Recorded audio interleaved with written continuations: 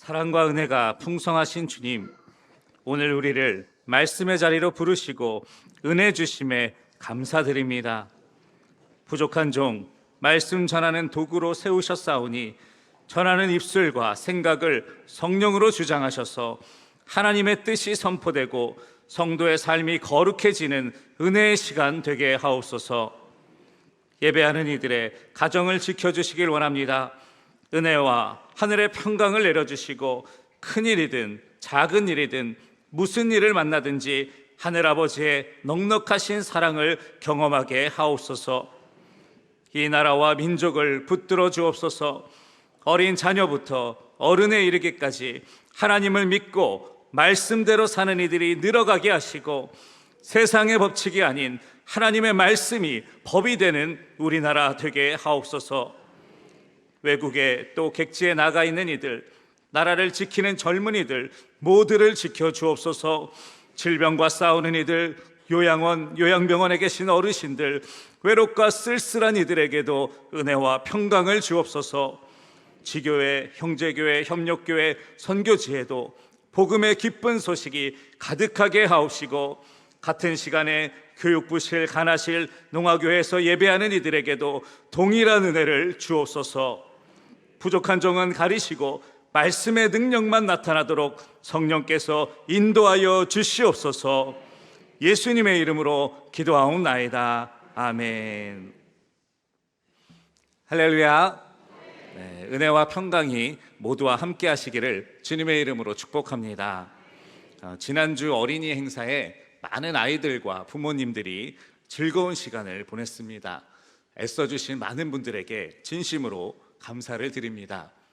또 이번 주에는 어른들을 모시고 효도 관광을 갑니다.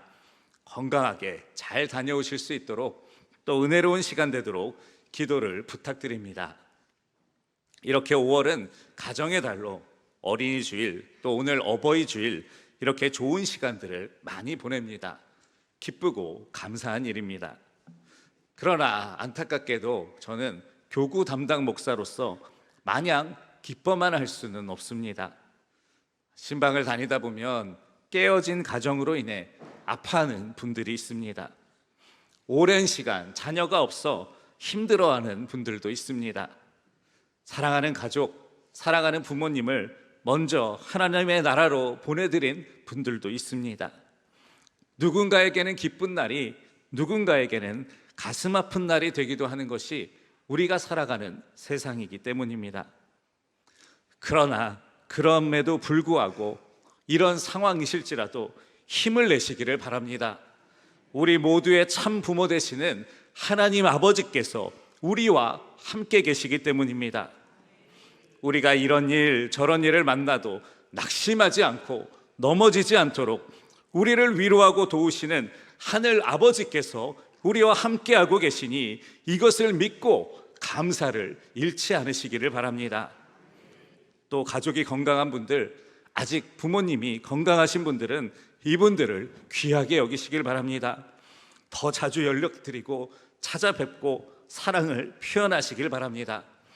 그리하여 누군가의 자녀로, 또 누군가의 부모로, 또 누군가의 가족으로, 무엇보다 하나님 아버지의 자녀로 평안과 기쁨을 누리며 살아가는 모두가 되시기를 주님의 이름으로 축원합니다. 우리 다 함께 성경을 들고 우리의 신앙을 고백하겠습니다. 저는 예수 믿어 구원받았습니다. 저는 예수 믿어 하나님 자녀 되었습니다. 저는 예수 믿어 천국 백성 되었습니다. 하나님께서 선물로 주신 오늘 하나님 말씀으로 가르침을 받습니다. 눈을 열어 주의 법안에 있는 놀라운 진리를 보고 깨닫게 하소서. 아멘으로 순종하여 하나님께 영광 돌리는 삶 되게 하소서. 아멘. 고백한 대로 사는 모두가 되시기를 주님의 이름으로 축원합니다. 저에게는 사랑스러운 7살 딸이 있습니다. 딸이 있는 아빠들이 다 그런 것처럼 저도 딸바보 중에 한 명입니다. 딸이 이제 만으로 한 6년 정도를 살았는데요, 이제 가끔은 한 60년쯤 산 사람처럼 말할 때가 있어서 깜짝 놀랄 때가 있습니다. 딸 때문에 웃기도 하고 또 딸 때문에 울기도 하면서 이제 나도 아버지가 되어가고 있구나 느끼고 있습니다. 저는 요즘 아빠들만 딸바보인 줄 알았는데 아니더라고요. 그 조선시대의 아버지들도 그랬습니다. 너보다 예쁜 꽃은 없단다 라는 책에 나오는 조선 후기 윤진이라는 분의 시를 읽어드릴 텐데요. 심씨 집안에 시집을 간 막내딸이 친정에 왔다가 다시 시댁으로 돌아가는 모습을 보는 아버지의 애틋한 마음이 시에 담겨 있습니다. 지독사정 노익지 태룡원별 거감비 초연자선 인간조 효석장추 불잡리. 이것을 해석하면 이렇습니다. 자식 아끼는 사사로운 정이 늙을수록 깊어져 노년에 멀리 떠나보내려니 어찌 슬픔 감당하랴. 쓸쓸히 앉아 숲속 새 부러워하노니 아침 저녁 새끼 데리고 잠시도 떨어지지 않아서라네. 새끼새와 함께 있는 어미새를 부러워하는 아버지의 마음이 담겨 있는 이 시를 보면 조선시대 아버지나 요즘 시대 아버지나 자식을 향한 사랑은 다 같은 것 같습니다. 그렇다면 우리의 참 부모 되시는 하나님 아버지의 사랑은 어떨까요? 성경은 이렇게 말씀합니다. 우리 같이 읽겠습니다. 시작. 너희 하나님 여호와가 너희 가운데에 계시니 그는 구원을 베푸실 전능자이시라. 그가 너로 말미암아 기쁨을 이기지 못하시며 너를 잠잠히 사랑하시며 너로 말미암아 즐거이 부르며 기뻐하시리라 하리라. 아멘. 하나님 아버지께서는 우리를 진심으로 사랑하십니다. 이 사랑은 우리가 다 이해할 수도 없고 다 깨달을 수도 없는 사랑입니다. 자녀를 향한 부모의 사랑에 조건이 없는 것처럼 우리를 향한 하나님 아버지의 사랑도 조건이 없습니다. 그냥 우리 존재 자체가 사랑스러우신 것입니다. 그러나 문제는 우리가 이런 하나님의 사랑을 잘 모른다는 것에 있습니다. 그래서 오늘 본문 말라기 말씀은 이렇게 시작되고 있습니다. 우리 말씀을 같이 읽겠습니다. 시작. 나는 너희를 사랑한다. 나 주가 말한다. 그러나 너희는 주님께서 우리를 사랑하신다는 증거가 어디에 있습니까? 하고 묻는다. 하나님께서는 이스라엘을 선택하고 사랑하셨습니다. 그러나 이런 사랑을 받은 이스라엘 백성들과 제사장들은 하나님을 배반했습니다. 우상을 숭배하고 제사를 멸시하며 하나님을 철저히 무시했습니다. 결국 하나님께서는 이스라엘 백성들이 그토록 사랑하고 의지하는 우상들을 쫓아가도록 내버려 두셨습니다. 이후로 이스라엘 백성들은 자신들의 죄의 대가를 치르게 되었습니다. 나라를 잃고 먼 나라 바벨론까지 끌려가 전쟁 노예로 살게 된 것입니다. 그러나 이들을 사랑하시는 하나님께서는 그냥 두고 보실 수가 없었습니다.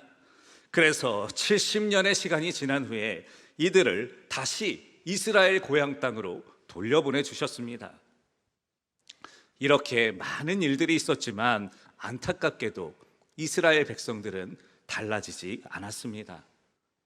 돌아와서도 여전히 우상을 숭배하고 여전히 제사를 멸시하며 하나님을 무시하는 삶을 살았습니다. 결국 하나님께서는 말라기 선지자를 통해 이렇게 말씀하셨습니다. 아들은 아버지를 공경하고 종은 제 주인을 두려워하는 법인데 내가 너희 아버지라고 해서 너희가 나를 공경하기라도 하였느냐? 내가 너희 주인이라고 해서 너희가 나를 두려워하기라도 하였느냐? 사랑하는 성도 여러분, 하나님의 이 탄식은 먼 옛날 이스라엘 백성들에게만 해당되는 것이 아닙니다. 하나님을 아버지라 부르지만 공경하지 않고 하나님을 주인이라 부르지만 두려워하지도 않는 우리를 향하신 탄식이기도 합니다. 그러므로 우리는 이 말씀을 진지하게 나의 말씀으로 받고 나 스스로를 돌아보아야 합니다. 이스라엘 백성들은 하나님께 이렇게 변명했습니다. 우리가 언제 주의 이름을 멸시하였습니까? 이에 하나님께서 대답하셨습니다. 너희는 내 제단에 더러운 빵을 바치고 있다. 그러면서도 너희는 우리가 언제 제단을 더럽혔습니까? 하고 되묻는다. 너희는 나 주에게 아무렇게나 상을 차려주어도 된다고 생각한다. 눈먼 짐승을 제물로 바치면서도 괜찮다는 거냐? 절뚝거리거나 병든 짐승을 제물로 바치면서도 괜찮다는 거냐? 그런 것들을 너희 총독에게 바쳐보아라. 그가 너희를 반가워하겠느냐? 너희를 좋게 보겠느냐? 나 만군의 주가 말한다.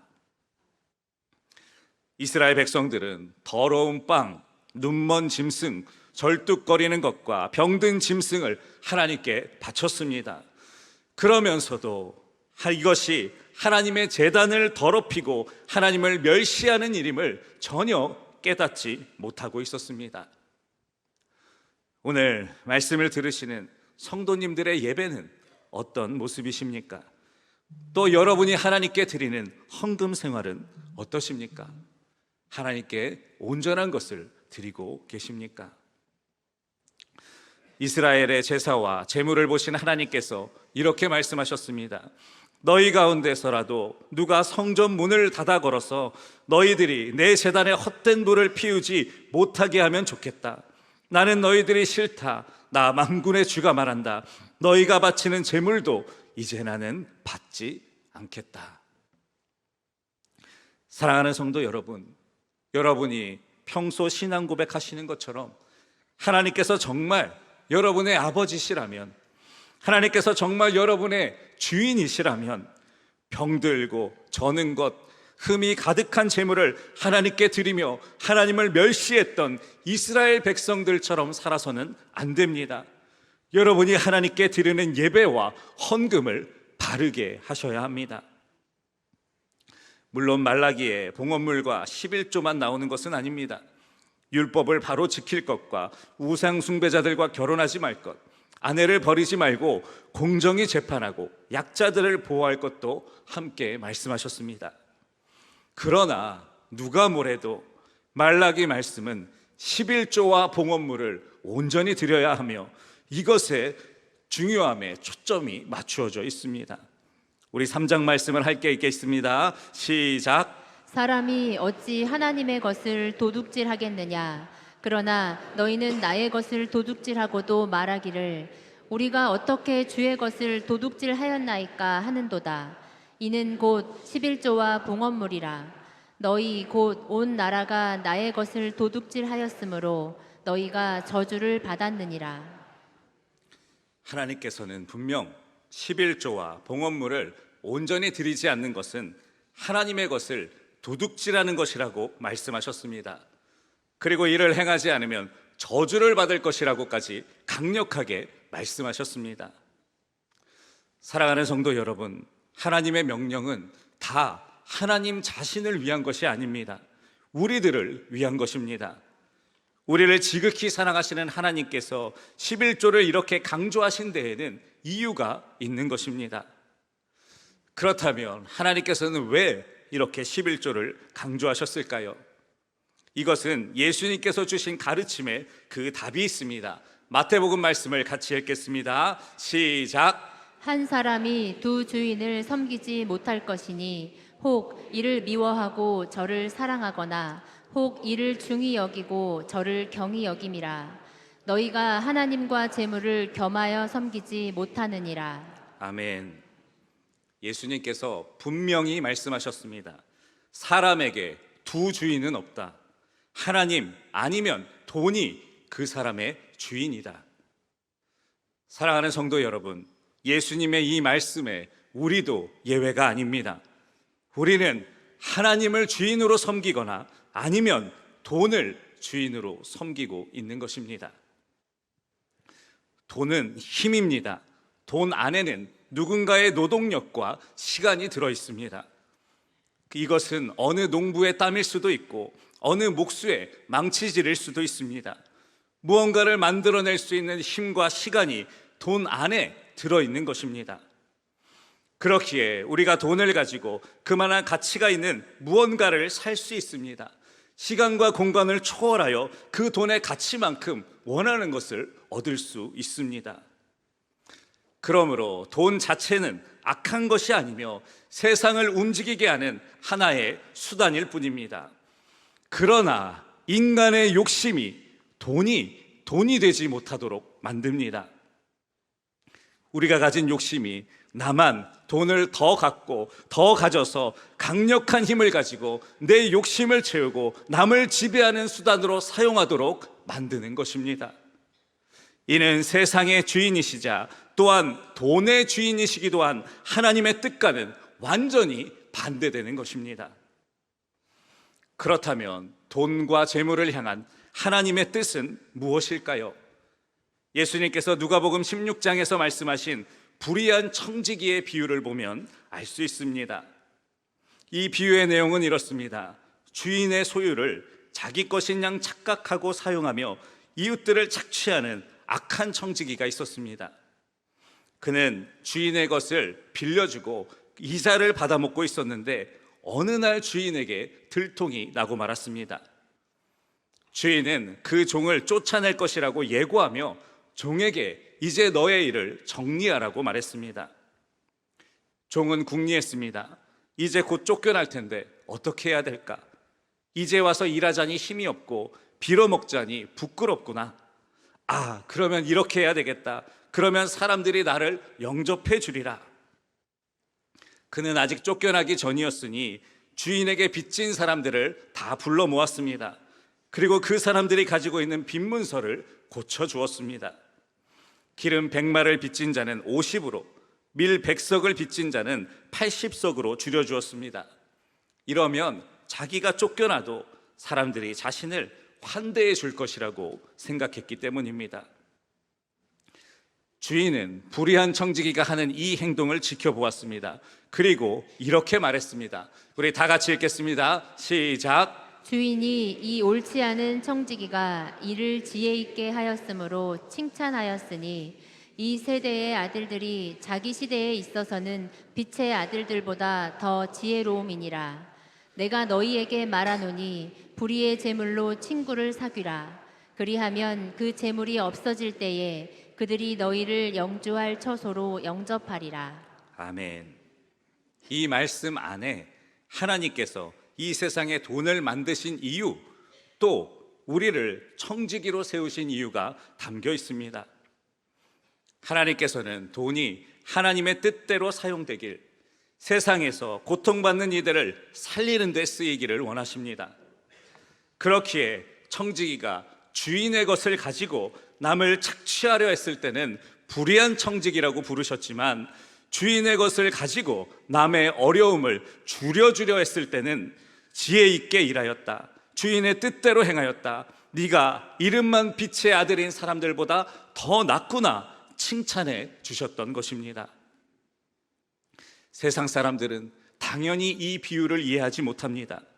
돈이 존재하는 이유도 모르고 하나님의 뜻도 모르기 때문입니다. 그저 돈과 돈이 가진 힘이 이 세상에서 가장 좋은 것이라고 착각하고 있기 때문에 양보할 수도 없고 더 가져야 한다고 생각할 뿐입니다. 그래서 어떻게든 이 돈을 얻으려고 욕심에 사로잡혀서 불법을 저지르고 폭력을 사용하며 심지어 사람을 죽이거나 전쟁까지 일으켜서라도 더 가지려고 하는 것입니다. 그러나 하나님을 믿는 우리는 이렇지 않습니다. 우리는 이 세상을 움직이는 힘은 돈이 아니라 하나님이심을 믿습니다. 돈과 돈이 가진 힘도 하나님의 것이며 하나님의 뜻대로 쓰여야 하고 또한 하나님의 뜻대로 쓰일 것을 믿고 있습니다. 이렇기에 하나님께서 이 믿음으로 사는 하나님의 자녀들이 나는 하나님의 청지기이며 내가 가진 모든 것은 하나님의 것이고 하나님의 뜻대로 사용해야 함을 잊지 않게 하시려고 우리에게 11조를 명령하신 것입니다. 11조가 성경에 가장 먼저 나타난 것은 창세기 아브라함과 야곱을 통해서였습니다. 그러나 이때의 11조는 일회적이거나 개인적이었으며 자발적으로 스스로 내는 것이었습니다. 그러나 이스라엘 백성들이 이집트를 탈출하여 거대한 민족, 나라를 이루었을 때는 11조를 법으로 명령하여 지키게 하셨습니다. 이제 시작되는 이스라엘이라는 나라가 하나님의 뜻대로 돈을 사용하는 나라가 되도록 그 기초를 놓으신 것입니다. 너는 마땅히 매년 토지 소산의 11조를 드릴 것이며 내 하나님 여호와 앞 곧 여호와께서 그의 이름을 두시려고 택하신 곳에서 내 곡식과 포도주의 기름의 11조를 먹으며 또 내 소와 양의 처음 난 것을 먹고 내 하나님 여호와 경외하기를 항상 배울 것이니라. 그래서 11조는 하나님의 뜻대로 쓰였습니다. 먼저 레위인들, 하나님을 예배하는 일에 집중하라고 땅을 받지 못해서 경제 활동을 할 수 없었던 제사장들과 레위인들의 생계를 위해 쓰였습니다. 또 예배를 위해 필요한 모든 것에 쓰였으며 고아, 과부, 나그네와 같은 사회적 약자들을 위해서도 쓰였습니다. 우리 교회도 이와 같이 11조를 사용하고 있습니다. 예배하는 일에 집중해야 하는 목회자들의 생활을 보장하는 데 쓰이며 교회를 운영하는 일에 쓰고 있습니다. 또 소사노인복지관, 기둥야간학교, 월드비전을 비롯한 많은 기관들과 협력교회들, 또 가까이 일본부터 말레이시아, 필리핀, 하이티, 쿠바, 파라과이, 아프리카, 모잠비크까지 선교지들을 돕고 선교사들을 후원하고 교회를 세우는 일에 사용하고 있습니다. 이렇게 우리는 우리가 얻은 소득의 10분의 1을 하나님께 드리며 하나님의 일에 실제로 참여하고 있습니다. 그러나 잊지 말아야 할 것이 있습니다. 하나님께서 우리를 사랑하셔서 열의 하나만 자신의 것으로 정하셨지만 사실 우리가 가진 모든 것이 하나님의 것이며 우리는 이것을 바르게 사용해야 하는 청지기임을 결코 잊지 말아야 하는 것입니다. 그렇기에 우리는 11조를 하며 나머지 9도 하나님의 것임을 인정하고 하나님의 뜻대로 돈을 사용하는 청지기가 되겠노라 스스로 신앙 고백하는 것입니다. 그러나 이 시대의 일부 목회자들, 소위 말하는 스타 설교가들과 교수들이 11조에 대해 완전히 잘못된 가르침을 주고 있습니다. 이들은 11조가 구시대의 유물이며 물질 만능주의를 교회에 드리는 것이라고 성도들을 미혹합니다. 또 이들은 예수님께서 11조를 직접 명령하신 적이 없으며 11조는 하나님 사랑, 이웃 사랑이라는 성경의 핵심에서 빗나간 것이라고 주장합니다. 사랑하는 성도 여러분, 이것은 다 거짓입니다. 예수님께서는 분명 11조와 공의와 사랑 둘 다 명령하셨습니다.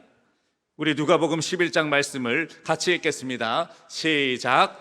화 있을진저 너희 바리새인이여 너희가 박하와 운양과 모든 채소의 11조를 드리되 공의와 하나님께 대한 사랑은 버리는도다. 그러나 이것도 행하고 저것도 버리지 말아야 할지니라. 아멘. 또 이들은 말라기 3장 8절에 나오는 하나님의 말씀 11조를 하지 않는 것은 하나님의 것을 도둑질하는 것이라는 하나님의 말씀은 완전히 무시하고 너희가 나의 것을 도둑질하지 않으면 왜 내가 너희에게 복을 넘치도록 주지 않겠느냐는 하나님의 이 안타까운 말씀이 마치 기복신앙을 만들어내는 악의 근원인 것처럼 매도하고 있습니다. 이렇게 말하는 목회자들의 대부분은 이미 얻은 인기와 명예, 교회의 유명세로 경제적 문제가 해결된 분들입니다. 아니면 이런 인기와 명예를 얻기 위해 스스로 타협하고 대중의 입맛에 맞게 말씀을 변형시키는 이들입니다. 이들은 자신들이 주장하는 11조에 대한 잘못된 가르침으로 인해서 자기들은 인기를 얻을지 몰라도 11조 없이 교회의 기능을 할 수 없는 대부분의 평범한 교회들이 얼마나 많이 파괴되고 있는지를 전혀 모르고 있거나 아니면 알면서도 외면하고 있는 것입니다. 이것은 11조를 명하신 하나님의 뜻과 정반대되는 것인데 이 죄를 어떻게 감당하려는지 안타까울 뿐입니다. 사랑하는 성도 여러분, 우리는 하나님을 나의 아버지로 또 나의 주인으로 섬기는 사람들입니다. 우리는 하나님의 사랑을 의심하지 않으며 또한 하나님의 말씀도 의심하지 않습니다. 우리는 마땅히 하나님의 것을 하나님께 드리며 우리의 신앙을 고백합니다. 우리가 하나님의 기업을 이어받은 하나님의 자녀이며 또한 이 땅에서 주의 것을 맡은 청지기임을 온전한 11조와 봉헌물을 드리며 신앙 고백하는 것입니다. 억지로 이 교회에 다니던 한 꼬마가 있었습니다. 이제 엄마가 헌금하라고 이 없는 살림에 이제 500원짜리를 주시면 이제 100원은 껌 사 먹고, 그리고 300원은 오락실 가고, 그리고 양심에 찔리니까 그래도 100원은 헌금하던 아이였습니다. 이 아이는 자라면서 방황을 많이 했습니다. 방황하는 인생을 살며 낙심하고 좌절하던 중에 어느 날 진짜 하나님을 만났습니다. 그리고 거듭났습니다. 그는 자신을 살려주신 하나님 은혜에 너무 감사했습니다. 어떻게든지 받은 은혜에 보답하고 싶었습니다. 자기도 남들처럼 헌금도 많이 드리고 11조도 많이 드리고 싶은데 인생을 엉망으로 살았으니까 헌금도 11조도 형편없이 작았습니다. 그래도 하나님은 돈의 많고 적음보다 중심, 마음을 보신다고 하셨으니 토요일이 되면 다리미를 가지고 와서 1,000원짜리 지폐들을 정성껏 다려서 헌금과 11조 봉투에 넣었습니다. 비록 적은 것을 담아 하나님께 드리지만 많은 것을 드리고 싶은 자신의 마음과 정성을 하나님께서 받아주시기를 바랬기 때문입니다.